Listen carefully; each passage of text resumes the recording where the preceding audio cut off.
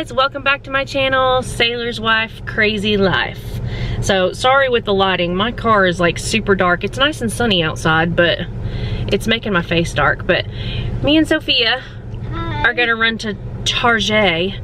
My husband specifically wanted me to pick up, he's got the new PlayStation 5, so now he wants the PlayStation headphones. And apparently they're sold out everywhere except for a Target that's like 30 minutes away? 30 minutes away from us, but whatever. It gets me out of the house. I've got some bare essentials that I have to pick up from Target anyways, you know, because there's always essentials at Target. But we're gonna go over there and go shopping, and then when we get back, I may give you like a mini haul or whatever. I don't know. It's probably just gonna be shampoo and conditioner and crap. But other than that, we'll be doing a Q&A sit down later. Not really a Q&A as much as like I have a list of questions that you guys are gonna get the answers to. So come along with us. Bye.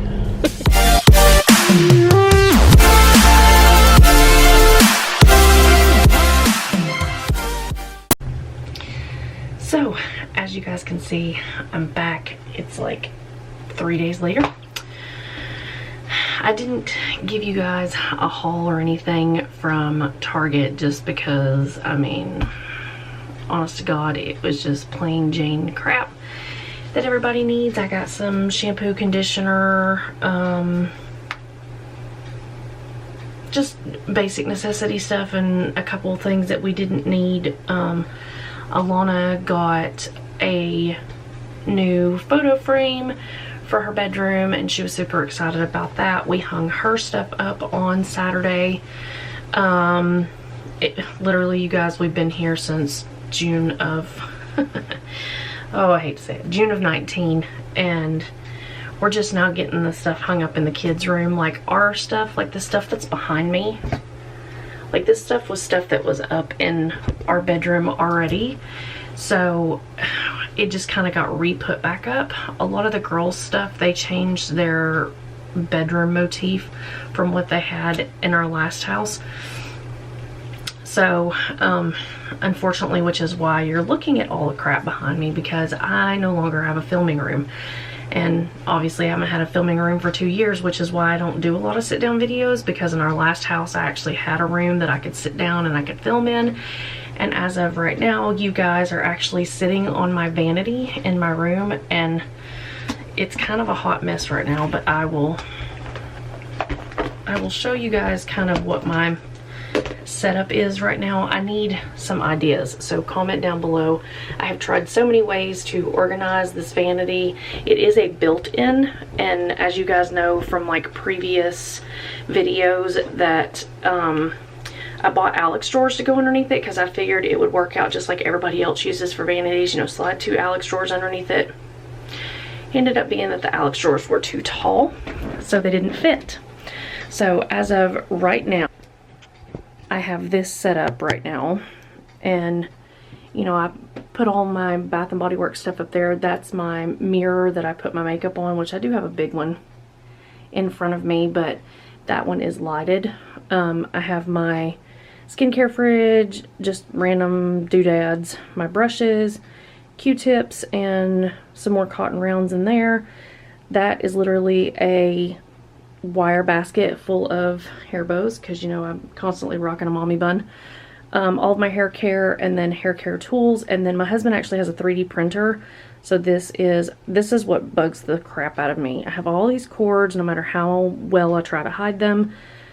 This is a 3D printed stand, so my watch goes right here, my AirPods go there, and then I have to get a new QI pad that clips into that, and then I can sit my phone on top of it and charge it. And then I keep my planner, my iPad, and then this is like video ideas. And you guys know, like, maybe one of these days I'll do an updated version of my finance videos, but I put everything in my planner. And then this book right here either has video ideas on it, or each paycheck I actually sit down and write out what needs to be paid out and all that good stuff. And yeah, so that's what we're dealing with right now. So unfortunately, you guys, for the most part, are sitting on top of my vanity, and it's just a hot mess. I wish I had an area like my husband does, you know, to be able to play video games. And I don't play video games, but you know, you catch my drift, like a place to film. And you know, I didn't want this to be mainly a vlog channel, but that's kind of what it's turned into in the last 2 years, because I truly don't have a place to do sit down videos. So I'm looking a hot mess. It is 11:30 at night. And I promised you guys I was gonna do this video, or the end of this video. So if you see me look down, I literally have a note in here that has all of the questions that I'm going to be answering. So these are going to be some pretty specific MilSpouse question and answers. So if you're subscribed to my channel and you're not a military spouse, that's what originally my channel had started out to be. So I have a lot of people that ask me questions, or you know, I do have an Instagram, and it is pinned in my bio, but people will message me and ask me questions about military life, or you know, I constantly get told like, oh, you should do another military spouse video. They loved, I did like a 5-part series about a year ago where it was just all the random questions, and these are more updated version questions, I guess you could say. And these are going to be the questions that us as military spouses get asked that make us absolutely cringe. So we're going to try to just jump right in and breeze through these so that this video doesn't end up being 35 minutes long. So there's only 10 questions. I tried to kind of narrow them down, or kind of elaborate on some of the other ones that were asked, so that it would be compiled into 10 questions. So question 1. Are you afraid that your husband could die?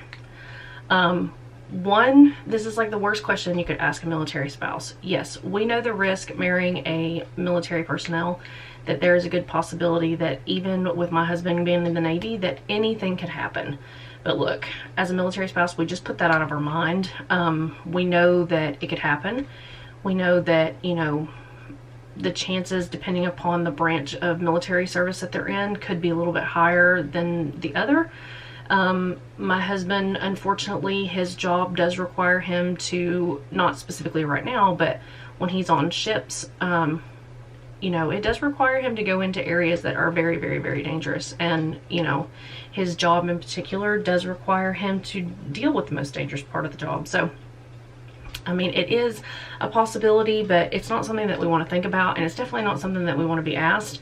However, I guess my answer would be yes. Am I afraid that my husband could die? Yes. When I find out, when he comes back from certain deployments, like, hey, I was in this area, you just didn't know it, and I'm like, oh my God. So in the grand scheme of things, you know, I'm kind of glad that there are times that I don't know where he's at.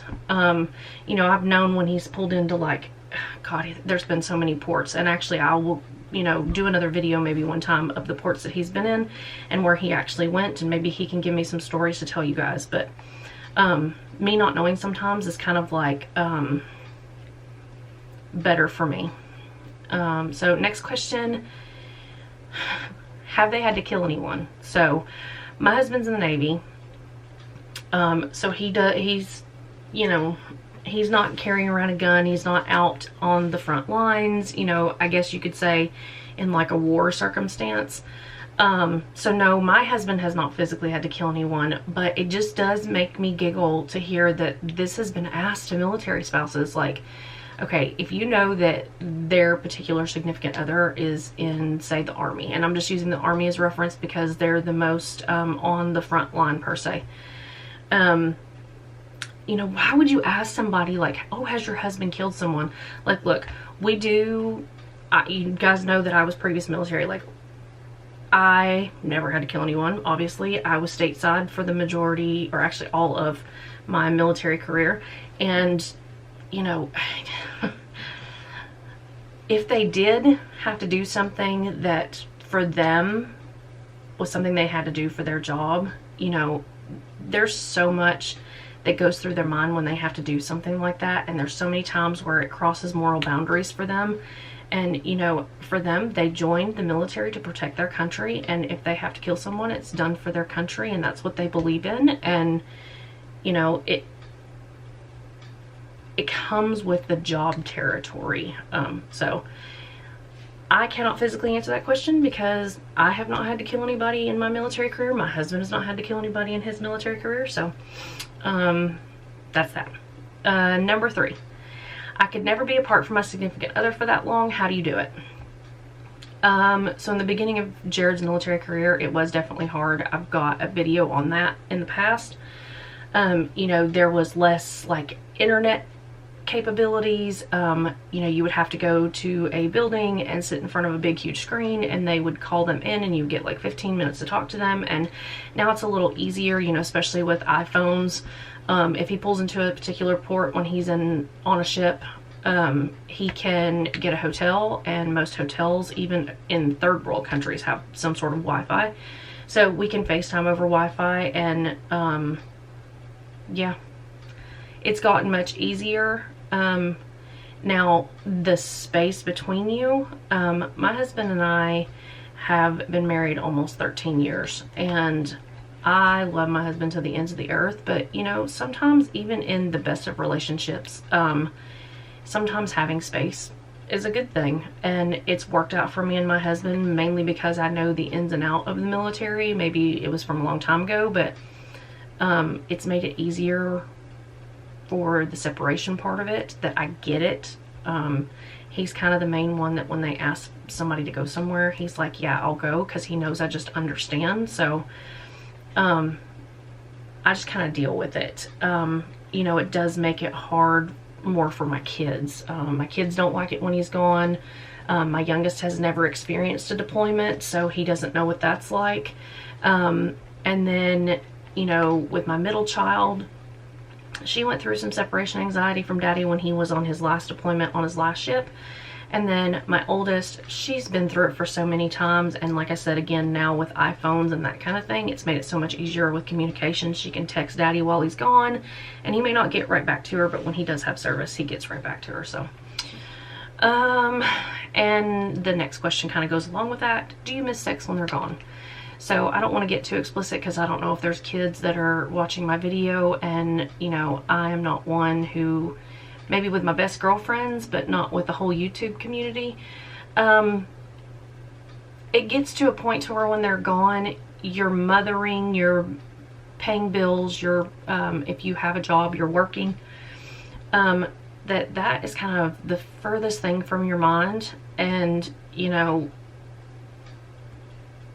I particularly don't miss it. You know, I'll be 36 this year, and that's not making me an old fuddy-duddy by any means, but, you know, I only want to be with my husband, and if it means that I have to wait 6 months until he's back for me to be intimate with him, then that's what you gotta do. So number 5 is, they'll be coming home or / deployed soon. Are you planning on getting knocked up? That's another question that is like the most asked question for military spouses is, you know, when can you get pregnant, and how do you plan it if you want to plan that pregnancy, and, you know, blah blah blah. And we actually call them deployment babies because it either happens before they leave or when they come back. Now, with my middle child, she was planned. We had no problem planning her. It, you know, worked out that he was here. He was here to see her be born. I have not had to get the shorter end of the stick, let's put it that way. There's numerous spouses that have had to literally go through pregnancy and give birth without their spouses here, and I feel for them. That is just the most, I couldn't even imagine, because my husband was my rock through both of my deliveries. You know, Alana is from my ex, and, you know, he was a rock with her, and he was a rock for me when I was giving birth, and I couldn't imagine doing it without my spouse. But I do know people who have had to, and it just breaks my heart. Especially, you know, when I've got friends who their spouses don't meet their kids until they're like 6 weeks old, and it's just so sad. But it is the nature of the beast, unfortunately. But don't ask a woman if she's going to get knocked up. Like, if they freely or willingly give you that information, like, all good and, you know, gravy. But Most of us, we don't 100% plan it. You know we want kids, and you know it just happens, which is why a lot of the times they're deployed when us as military spouses give birth. Like I said, both of mine with my husband were planned. I knew that I had certain windows to become pregnant, and we worked around it, we planned around it, and I just got lucky. I had no infertility issues that kept me from getting pregnant. So yes, both of mine were planned, but don't ask a woman if she's going to get knocked up. Maybe if you're like grandma and you really want grandkids, that's one thing, but anyways, will they get to come home for holidays / Christmas / births or anything important? So that kind of leads back to what I was saying. So when they're on deployment, they know they cannot come home. There are certain circumstances that will allow them to come home.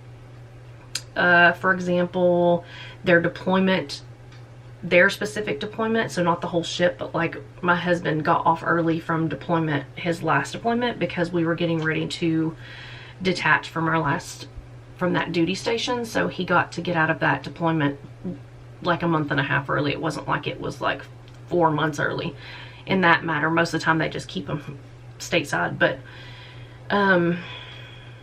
birthdays and Christmases and stuff like that, a lot of it is right through here. We talk to them, we video chat with them. You know, they get time off per se when they're on deployment if they're on port, if they're in port and they're not on watch. My husband's been on deployment. His very last deployment, he missed Christmas and New Year's. And, you know, we got to talk and we got to video chat. But other than that, I mean, it was Christmas without him, and we just waited, and he got home a couple weeks into January, and we did Christmas again. So kids got Santa twice. Now, again, a death in the family. Yes, they can come home for a death in the family if it is immediate family, which means spouse, children, and parents, like their physical parents or like their siblings. Sometimes you can get away with a grandparent. I have known people that have gotten out of deployment for grandparents, but very rarely. It's normally just, you know, immediate family. Let's see. Why can't I post on social media his location, his homecoming, or any deployment date? So, again, I can make a whole video on this. But we have a thing called OPSEC, which is operational security. We cannot physically give out any dates for the times that they're leaving, for the times that they're coming home. I can kind of give a vague description, like he's leaving over the summer or he's coming back after Christmas, but I cannot give a physical date because then that puts the ship at risk. If, you know, all of our social media is out there for everybody to see. So, I mean, if you're posting that and somebody sees it, you know, that puts the ship basically a sitting duck in the water. Doesn't necessarily mean that it's always going to happen. I see military spouses that post all the time, and you will have other military spouses that will go after them, let me tell you, because it's very, very bad for them. So it is a 100% no-no as a military spouse. Do people do it? Yes, but you're not supposed to. This one always makes me giggle, and I think I answered this in my last like 5-parter videos. Is your life anything like Army wives, and are you friends with the captain's wife? So no, my life is not like Army wives. One, again, my husband's Navy, so the Navy life and the Army life are two totally different things. Yes, they're both military, but they're different.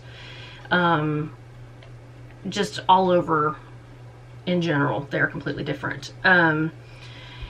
So there's not a lot of rank mixing, at least in the Navy. I'm not 100% sure how it works in any other branch of service, but with the Navy, there's not a lot of rank mixing, which means higher ranking with lower ranking. It's not a disrespect thing or anything like that. It's just that it's kind of like an unspoken thing that, you know, enlisted stays with enlisted and officers stay with officers, and that's kind of, or officers' wives, you know, and that's kind of the thing. Now, granted, I was a cheerleading coach at my girls' last school when we lived in Dahlgren, and sure, I became acquaintances with the captain's wife, but we weren't like best friends going out clubbing like they do on Army wives. Like, it was, I had their girls on my cheer team, and we spoke cordially with one another, and her husband was my husband's CO, and, you know, we knew of one another, and if he passed me in a hallway, her husband would say hello, and we were very nice to one another. It was never a catty thing at all, but it's not like we were hanging out or anything like that. And I had not, and it's nothing against any military spouse who doesn't work, but I have a full-time job, so I don't get a lot of time to do a lot of Navy represented stuff. Like, I don't have time to, you know, get with our FRG programs, which is like the family readiness group, when they're getting ready to go to deployment or coming back off deployment. Like, I don't have the time for that because I work 12-hour shifts, and there's not a lot that's been going on since we've been here. One, Corona has had us on lockdown for, God, almost a year now. And then on top of it, my husband's ship is not deployment ready. So they have not gone on deployment, nor will they go on deployment anytime soon from what we know. So that could change tomorrow. That's the Navy. Number 9, can you get your next PCS to be back in your hometown? This gets asked a lot. So when he's up for new orders, like, yes, he gets to pick orders, but it's all about what's available. So, you know, on our next duty station, you know, if Florida becomes available, I'm from Georgia, will that put me closer to home? Absolutely. But there's no naval, other than being a recruiter, there's nothing naval that would put me back in my hometown, nor would there be one really for Jared to go back to. There is a naval base in his hometown. However, his job would not allow him to go over there unless, again, he became recruiter. So a lot of times there's not a naval base or a job that you can physically go back to in a hometown unless you live in a shore-based hometown, I guess you could say. So like, if you're from Florida, perfect. If you're from San Diego or LA, or, you know, a girlfriend of mine, her husband is stationed up in Modesto, but he's a recruiter, so that put them right back close to home. So again, you could get hometown, but for the majority of it, unless you live on a shore-based town, you're very likely not going to get close to hometown, at least with Navy. Now, Army and Marine, there's places all over in the middle of the country that if you're from one of those areas, you might be able to get closer to home, but we physically can't. And that's just the, again, nature of the beast. The last one is, your life sounds so exciting. Can you give me tips on how to snag and marry a military man? So I just want to get a quick synopsis of my life and what it's been. And, you know, I don't want to deter anybody because, you know, I love my husband. I have girlfriends that love their husband, and we just deal with the military side of it. But here's the thing. When you are a military spouse, at least for the Navy, some parts are great and some parts are hard. It is definitely not all happy homecomings like you see on Facebook and ABC and, you know, all these homecoming shows that you see of military guys coming home. It is not like that. I wish it was. I wish it was more happier times than it is us bawling our eyes out and, you know, looking like we've had the crap beat out of us because we squall as our husbands leave. They leave for months on end. The minimum is 6 months. Some of our Navy guys were even extended because of Corona. I mean, they could not even pull in. My girlfriend's husband was literally right off of the shore here. Like, she couldn't physically see his ship, but within reason, like, he was a couple miles offshore, and because of Corona, they were not allowed to pull in. His deployment was extended for almost 3 months, I think it was. I mean, so things can happen, things go back and forth. So the minimum is like 6 months. They can send you out for little mini deployments. They're gone for 2-week underways and to do workups on the ship. And it, you know, it is definitely not all happy homecomings.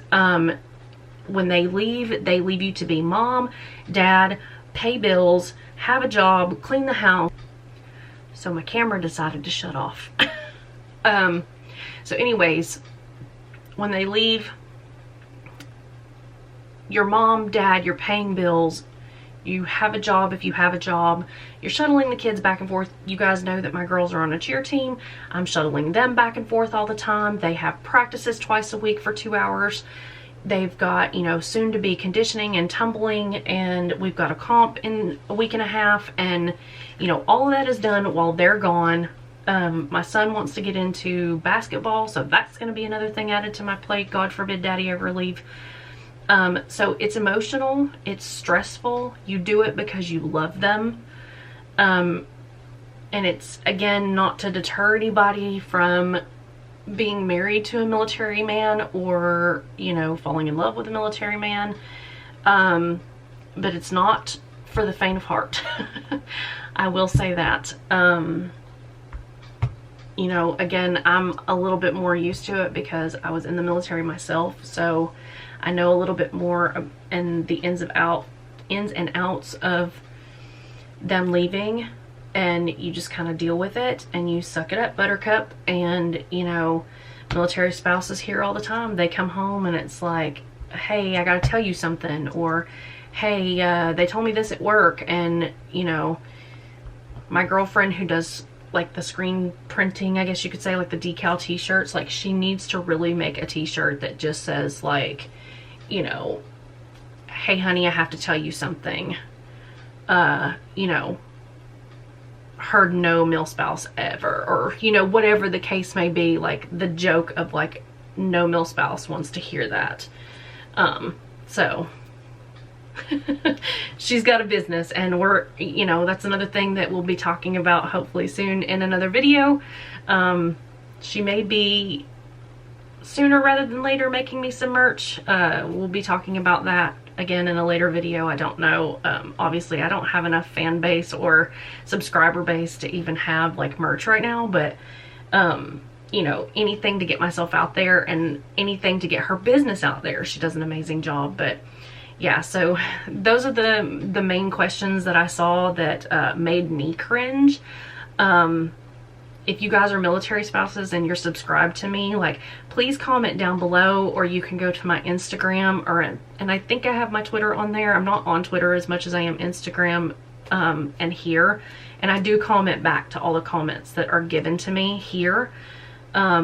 So yeah, we are we're in the works of all of that. But if you have any questions that I didn't like talk about here, or if you've had questions that people have asked you that you're just like, did all sense of respect and like just go out the window? Like, did you forget that there's a wall? Like, you're in my personal bubble of information. You can always comment that down below, or go to my Instagram and comment. But yeah, so that is it for me for tonight. I need to get this video edited and up because we're about a week and a half late for our new upload. But this mama is going to go. I'll show you. She's so cute. You guys haven't seen her since she's gotten bigger. We have our little Novi girl. Nova! Hey, what are you doing? I'm gonna go lay with this little fluff ball and edit my video. Maybe try to get some sleep. I didn't go to sleep last night until, or actually this morning, until like 7 a.m. I've got a chipped tooth in the back, and oh my god, it was so painful last night, and I could not go to sleep for the life of me. So I'm tired because I got a couple hours sleep this morning. My husband actually let me sleep in, so God love him. But anyways, I hope you guys now she's staring at me. She's like, Mom, are you gonna come to bed? Nova. Nova. He's a pretty girl. She's over there hogging up my spot on the bed. She's normally in my husband's spot. So anyways, you guys, I hope you enjoyed this video. Please like, comment, and subscribe. And oh, FYI, I hope you like the intro and the outro. Thanks to my soon-to-be 14-year-old child. God help me. She's all about making my intros. They are definitely shorter. I didn't want to do pictures this time. I just wanted to be short, sweet, and to the point. So you guys, I hope you enjoyed. Like, comment, subscribe, and as always, keep living the crazy life. See ya.